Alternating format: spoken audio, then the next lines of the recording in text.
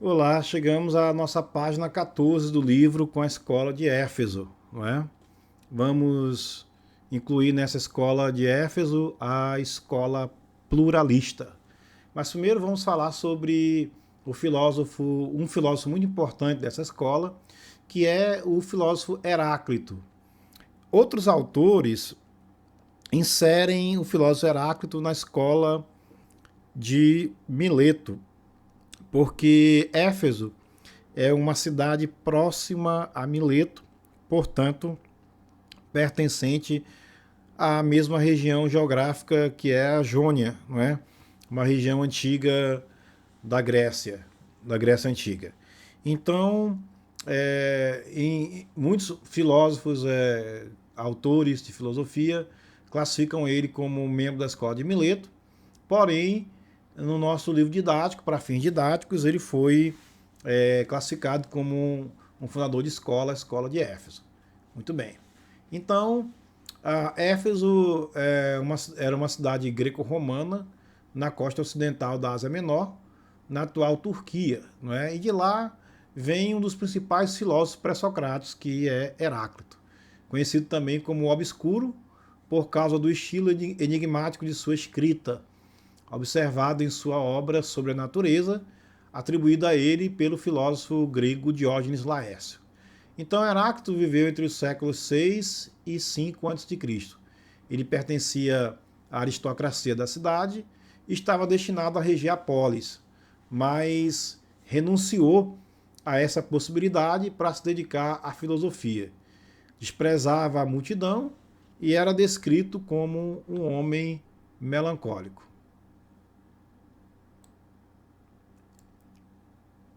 Heráclito defendia explicitamente a ideia de movimento das coisas.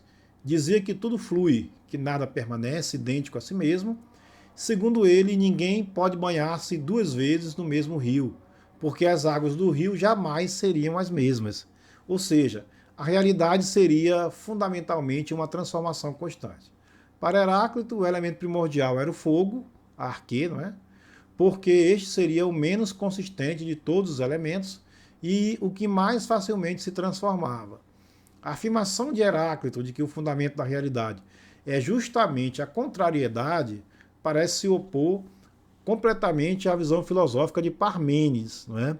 Mas essa oposição só é parcialmente verdadeira e se dá por conta da radicalização de Parmênides em relação à questão do movimento.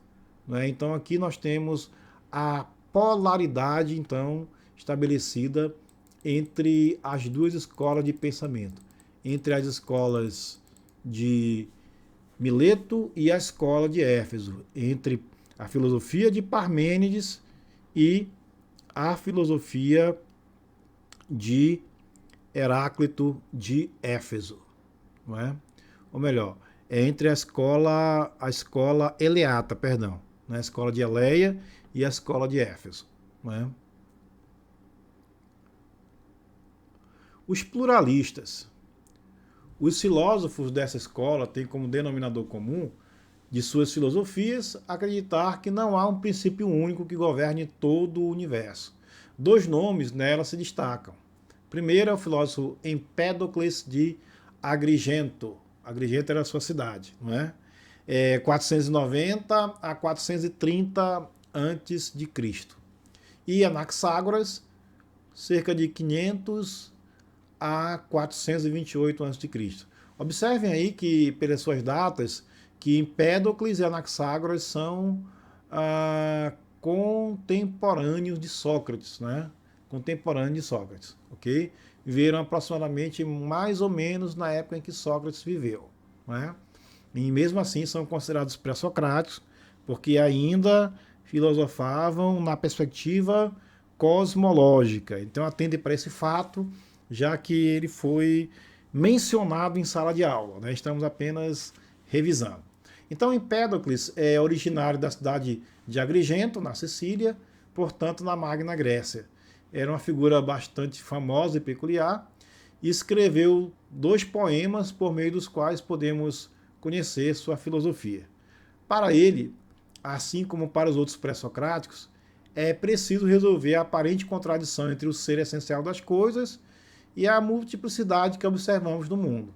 A solução de Empédocles se dá por meio de 4 elementos: o ar, o fogo, a água e a terra. Esses elementos opostos seriam as raízes de todas as coisas, e essas raízes seriam eternas.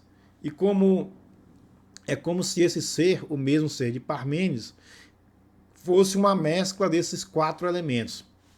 Os corpos mudariam de acordo com a agregação e a desagregação desses 4 elementos fundamentais.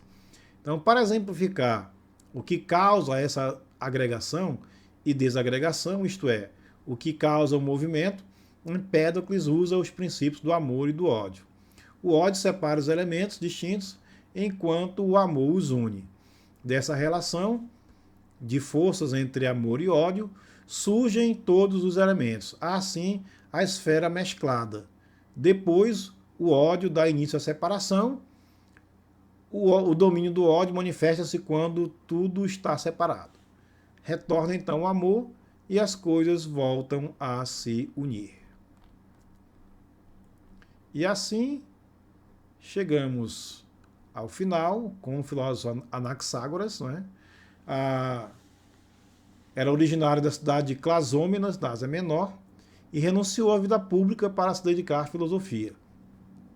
Para Anaxágoras, os elementos essenciais de todas as coisas não são elementos específicos destas, mas elementos infinitos, pois há de tudo um pouco em todas as coisas. Anaxágoras chama esses elementos de homeomerias, literalmente partes homogêneas, partículas muitíssimo pequenas, das quais as coisas são feitas. Explica que na menor parte de cada uma das coisas do mundo existem partes pequenas de todas as demais coisas. A formação dessas coisas se dá por meio da separação e da união das homeomerias. As coisas são diferentes porque se agrupam de diversas formas. E a causa do movimento? Esta seria o nous, o pensamento, uma matéria mais sutil que as demais, mas que não chega a ser espiritual. A noção de espírito ainda não está clara no pensamento da época. Cabe considerar, portanto, que o significado de nous para Anaxágoras é diferente daquele que Parmênides atribui ao termo. O nous, separado de matéria, no limite dela, é, contudo, como uma inteligência impessoal que, no entanto, ordena os movimentos cósmicos. Os atomistas, né? Os atomistas, que são os últimos pré-socráticos, não é? Destaca-se nessa escola Demócrito de Abdera, 460 a 370 a.C., e Leucipo na primeira metade do século V a.C.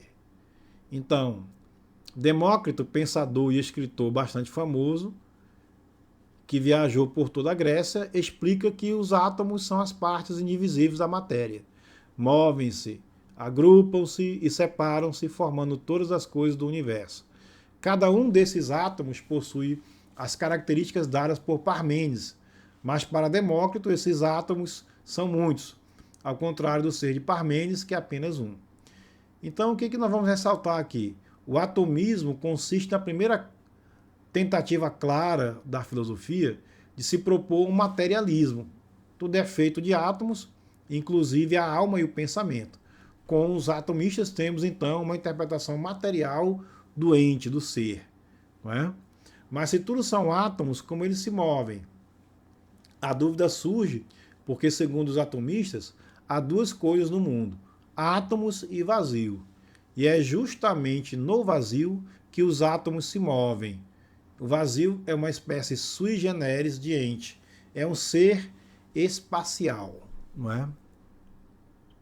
O filósofo espanhol Julián Marías, 1914-2005, explica que, desde Parmênides, o ente sofre sucessivas divisões. Heráclito relaciona com o fogo, que se move e muda constantemente. Empédocles divide-o em 4 elementos, Anaxágoras propõe as homeomerias e, finalmente, os atomistas dividem o ente nos chamados átomos. Com os atomistas temos, então, a última tentativa de resolver o problema do movimento por meio da busca por um elemento primordial. É apenas com Platão e em seguida com Aristóteles que virá uma nova proposta diversa dados pré-socráticos para a solução desse problema. Muito obrigado pela sua paciência e pela sua disposição em nos acompanhar. Um abraço e até a nossa próxima aula.